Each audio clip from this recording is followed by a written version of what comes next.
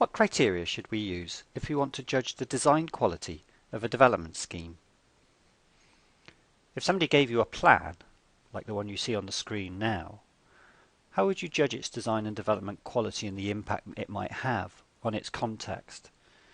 What kind of lives might people be able to live in the places that are drawn in the plans that we look at?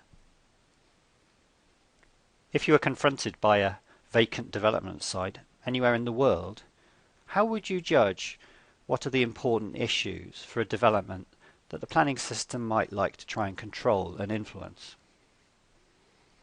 These are all issues discussed and considered in the module Design, Development and Control.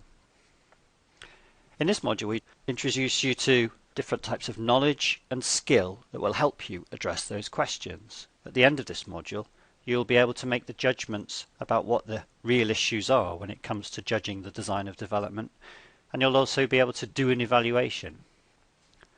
In order to get to that point, we introduce you to the key urban design issues or principles, and we look at how to interpret and use them.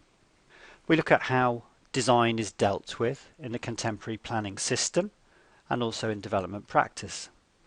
And very importantly, we tell you how planning systems around the world deal with design issues, how they produce design policies, strategies, master plans or frameworks, design codes, design guides, work on appraising the historic qualities of certain areas, development briefing for particular sites, or processes of design review and negotiation. At the end of this module, you'll have an understanding about all of the different ways in which design quality is pursued through planning systems. We also look at how design is dealt with in development management. In addition, I also bring in people working in different sectors of practice, and you'll hear talks from people from the private sector, from local government, and possibly also from the third sector. All of these people will talk about how they deal with urban design issues through their practices. Through the coursework, you'll also be required to improve graphic and document production skills, and in general this module is a really useful introduction for students who might like to go on and do the MA in Urban Design.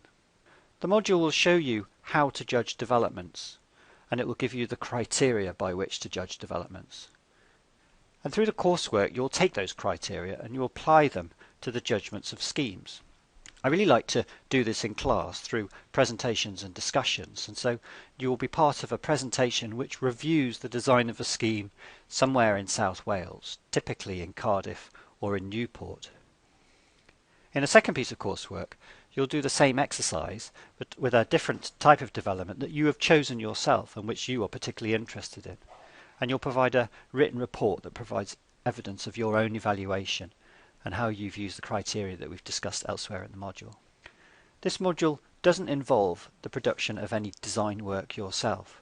You are typically only evaluating other people's design work and exploring the use of criteria in that.